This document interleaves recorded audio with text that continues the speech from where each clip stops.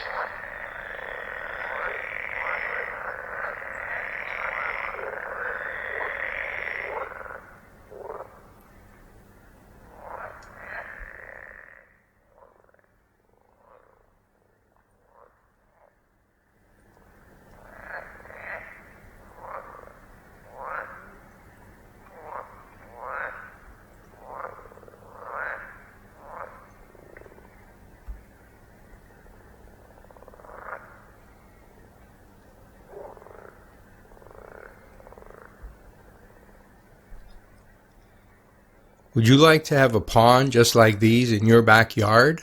Building them is a lot easier than you think.